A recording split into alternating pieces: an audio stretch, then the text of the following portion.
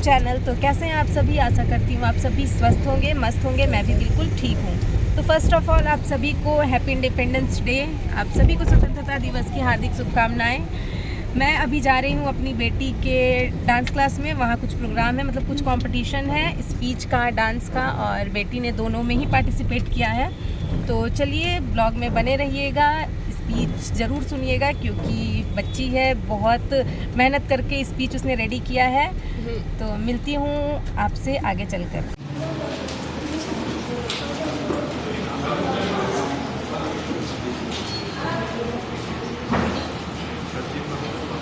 Good morning, respected judges, principal teacher, and all my dear friends. Today I am here to speak about one of the great freedom fighters of India, Shaheed Bhagat Singh. He was born on 28 September 1907 in Punjab. At the age of 13, he dedicated his life to the independence movement. Bhagat Singh was a legendary freedom fighter. The fighter who sacrificed his life to fight against the British. He gave a famous slogan, Inqilab Jindabad. When Lala Lajpat Rai was killed brutally by the Britishers, Bhagat Singh decided to revenge his death.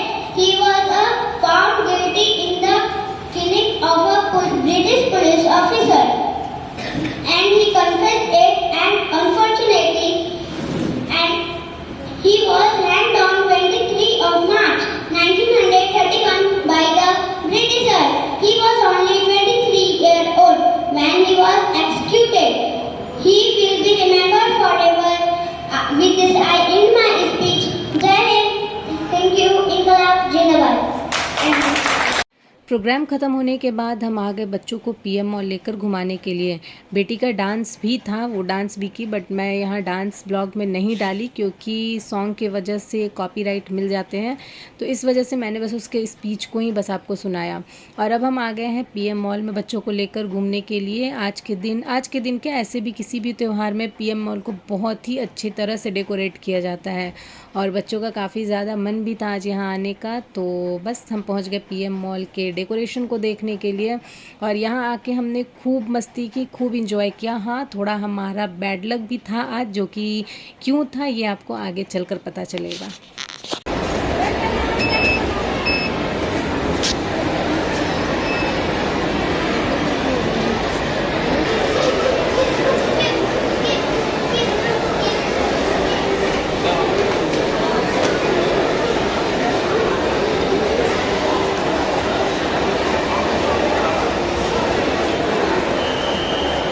यहाँ मुझे एक bangles पसंद आया, जो कि अच्छा था, ऐसा नहीं था कि बहुत ज़्यादा खूबसूरत था, बट अच्छा था। तो मैंने सोचा कि मैं उसे ले लूँ। बट जब मैंने उनसे रेट पूछा तो वो जो बैंगल्स था उसका रेट लगभग 3000 के आसपास था। तो बस रेट सुनकर मैंने कान पकड़े, और कान पकड़ के मैं वहाँ से निकल गई। यूँ ही नहीं निकली, एक छोटू सा मैंने ईयरिंग्स लिया, जो कि मुझे लगता है कि नॉर्मल मार्केट में 10-20 रुपए में मिलती होगी वो ईयरिंग, बट वहाँ पर हमें वो ईयरिंग 260 या 270 के समथिंग मिला।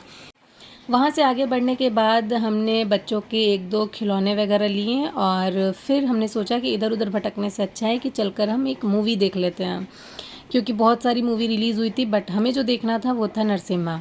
और जब मैं टिकट काउंटर पर टिकट लेने गई तो मुझे पता चला कि नरसिम्हा का बुकिंग फुल चल रहा है और एक भी टिकट अवेलेबल नहीं है।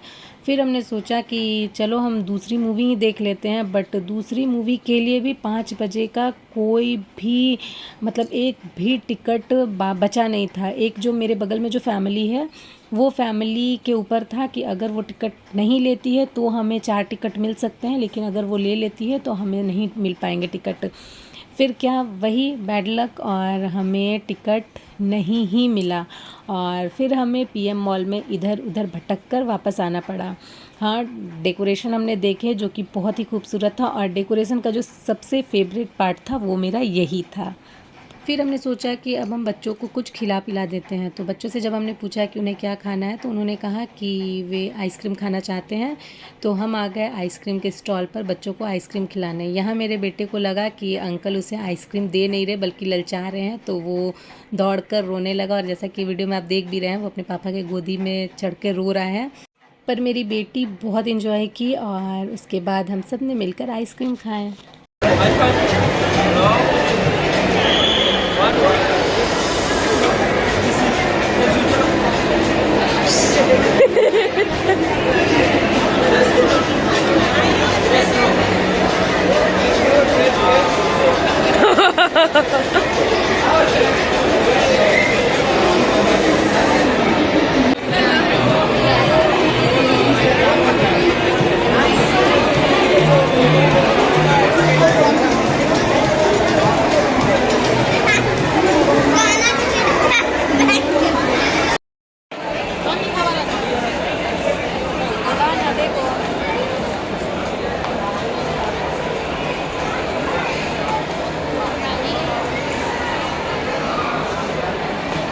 यहाँ एक और चीज़ हो गई कि बच्चों को गेम जोन में जाना था, और जब हम गेम जोन में पहुँचे तो आज के दिन गेम जोन में भी बहुत ज़्यादा भीड़ था, तो हमें वेट करने को कहा गया और काफ़ी लेट हो जाता तो हमने वेट नहीं किया और हम वहाँ से निकल के बच्चों को लेकर आ गए पार्क में।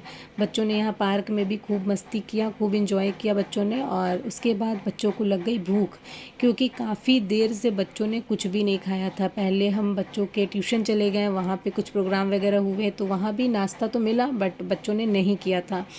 और उसके बाद फिर हम आ गए पीएम मॉल में भी बच्चों ने बस आइसक्रीम खाए। तो इसलिए जब हमने बच्चों से पूछा कि उन्हें क्या खाना है तो उन्होंने कहा उन्हें डोसा खाना है। तो बच्चों को लेकर हम आ गए डोसा हट, और ख़ास करके मुझे यहाँ का डोसा का टेस्ट काफ़ी पसंद आता है। और मेरा जो फेवरेट है स्टफिंग चीज़ कॉर्न डोसा, वो मुझे यहाँ का बहुत ही ज़्यादा मतलब टेस्टी लगता है। और वैसे भी स्टफिंग चीज़ कॉर्न डोसा मेरा फेवरेट है, तो जब भी मुझे वो डोसा खाना होता है तो हम यहीं आते हैं।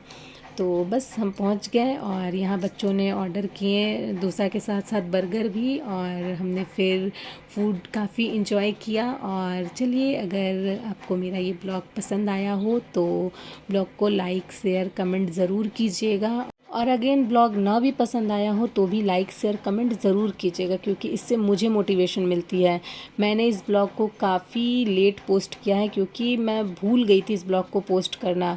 लगभग मैंने इस वीडियो को एडिट करके रखा हुआ था, बस मतलब थोड़े बहुत जो वॉइस ओवर करने होते हैं वही करने बाकी थे, और फिर मैं भूल गई, तीज वगैरह पड़ गए, फिर मैंने तीज के ब्लॉग को पोस्ट कर दिया और इस ब्लॉग को मैं पोस्ट करना भूल गई थी। तो इसके लिए आप सभी को सॉरी। चलिए, मिलती हूँ आप सभी से अपने नेक्स्ट ब्लॉग में, तब तक के लिए आप सभी को बाय बाय, टेक केयर, जय माता दी, राधे राधे।